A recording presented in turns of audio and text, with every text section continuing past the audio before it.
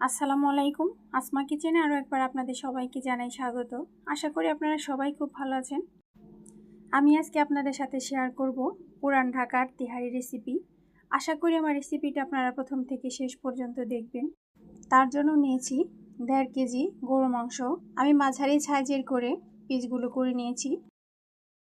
এবার মশলা তৈরি করে নিব। আদা, রসুন, জয়ফল, জয়ত্রী।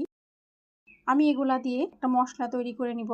ব্লেন্ডারে দিয়ে দিলাম রসুনগুলো।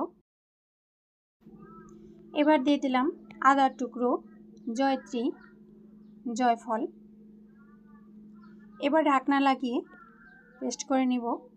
এবার নিলাম একটা পাতিলে সরিষার তেল, দিয়ে দিলাম পেঁয়াজ কুচি। আমি এবার ব্রাউন কালার করে ভেজে নিব। এবার দিয়ে দিব কিছু গরম মশলা, এলাচি, দারুচিনি, লবঙ্গ, গোলমরিচ, তেজপাতা আমি 4 টুকরা করে দিয়েছি, 2টো তেজপাতা। এবার আমি মশলাটা দিয়ে দিলাম, ব্লেন্ড করে নিয়েছিলাম। এবার দিয়ে দিলাম গরম মশলা গুঁড়া, 3 টেবিল চামচ গরম মশলা দিয়ে দিলাম। নেড়ে নিচ্ছি। দিয়ে দিলাম পরিমাণ মতো লবণ, লবণটা স্বাদ বুঝে দিবেন। নেড়ে নিচ্ছি। এবার আমি দিয়ে দিব পেঁয়াজ চপ করে রেখেছিলাম, 1 কাপ দিয়ে দিলাম। আমি ভালো করে কষিয়ে নেব, এতে করে মাংসের গ্রেভিটা খুবই ভালো হবে। দিয়ে দিলাম কাঁচামরিচটা দিলে ফ্লেভারটা ভালো আসে, কালারটাও ভালো আসে, খেতেও খুব ভালো লাগে। আমি কোনো লাল মরিচ ব্যবহার করব না। কষিয়ে নিচ্ছি। এবার মাংসগুলো দিয়ে দিলাম, মাংসগুলো কষিয়ে নিচ্ছি। ঢাকনা দিয়ে ঢেকে দিলাম। দেখুন কত পানি উঠে গেছে। আমি আলাদাভাবে কোনো পানি ব্যবহার করব না, এই পানি দিয়ে সিদ্ধ করে নিব। আমি মিডিয়াম টু লো হিটে আস্তে আস্তে রান্না করব, সিদ্ধ করে নিব। দেখুন তেল মশলাটা আলাদা হয়ে গেছে। নেড়ে নিচ্ছি, ফ্লেভারটাও খুব ভালো আসছে। ঢেকে দিলাম, কষিয়ে নিচ্ছি। মাংসটা কষানো হয়ে গেছে, তেল মশলাটা আলাদা হয়ে গেছে। এবার আমি একটা ছাঁকনির সাহায্যে তুলে নিব, সবটুকু মাংসই তুলে নিব।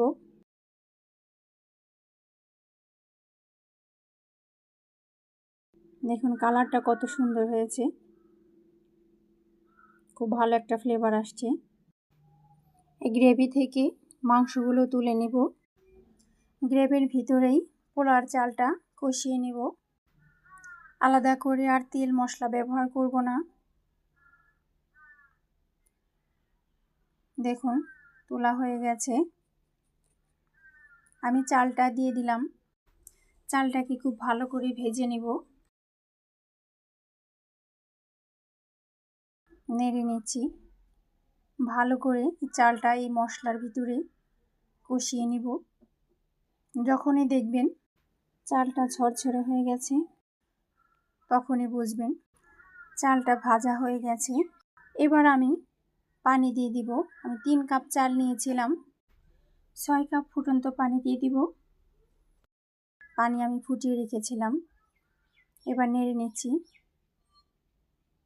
এবার দিয়ে দিলাম গুঁড়া দুধ, 3 টেবিল চামচ।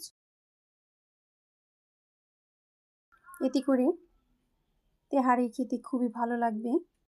দিয়ে দিলাম পরিমাণ মতো লবণ। যদি নতুন চাল হয় সেই ক্ষেত্রে 1 কাপ চালে 1.5 কাপ পরিমাণ পানি দিতে হবে, 2 কাপ দেওয়া যাবে না। নেড়ে নিচ্ছি। আমি ঢাকনা দিয়ে ঢেকে দিলাম। নেড়ে নিচ্ছি। এই পর্যায়ে দিয়ে দিব কাঁচামরিচ, এতে করে ফ্লেভারটাও ভালো আসবে, খেতেও ভালো লাগবে। ঢেকে দিলাম।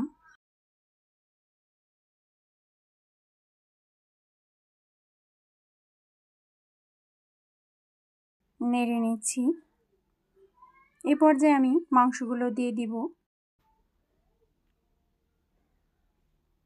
দিয়ে দিলাম। এবার ভালো করে মিশিয়ে নিব। বেশি শুকনো অবস্থায় মাংস দেওয়া যাবে না। চালের ভিতরে অর্ধেকটা পানি থাকাকালীন অবস্থায় মাংসটা দিয়ে দিতে হবে। ঢাকনা দিয়ে ঢেকে দিলাম। ঢাকনাটা তুলে নিলাম। এবার নেড়ে নিচ্ছি।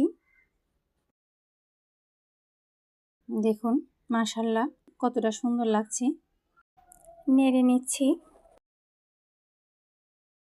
আমি আবারও ঢেকে দিব। এই পর্যায়ে চুলার হিট মিডিয়াম টু লো হিটে রাখতে হবে। এবার আমি দিয়ে দিলাম কেওড়া জল, গোলাপ জল দিয়ে দিলাম। এতে করে ফ্লেভারটা ভালো আসবে, খেতেও ভালো লাগবে। এমনিতেই অনেক ফ্লেভার আসবে, ভালো লাগবে। কেওড়া জল, গোলাপ জল না দিলেও হবে। এবার আমি ঢাকনা দিয়ে ঢেকে দমে রেখে দিব 5 মিনিট। 5 মিনিট পর ফিরে এলাম। দেখুন মাশাআল্লাহ কত সুন্দর লাগছে দেখতে, খুব ভালো একটা ফ্লেভার আসছে, খেতেও খুব ভালো লাগবে। এবার আমি সার্ভ করে নেব। এভাবে আপনারা বাসায় রান্না করে খাবেন আর আমাকে কমেন্ট করে জানাবেন খেতে কেমন হয়েছে। এভাবে রান্না করলে বাসার ছোট বড় সবাই খুব পছন্দ করবে। আমার এই ভিডিওটি যদি আপনাদের ভালো লেগে থাকে, আমার চ্যানেলটিকে সাবস্ক্রাইব করে আমার পাশে থাকবেন এবং লাইক, কমেন্ট, শেয়ার করবেন। আবার চলে আসব নতুন কোনো রেসিপি নিয়ে। সে পর্যন্ত সবাই সুস্থ থাকবেন, ভালো থাকবেন। আল্লাহ হাফেজ।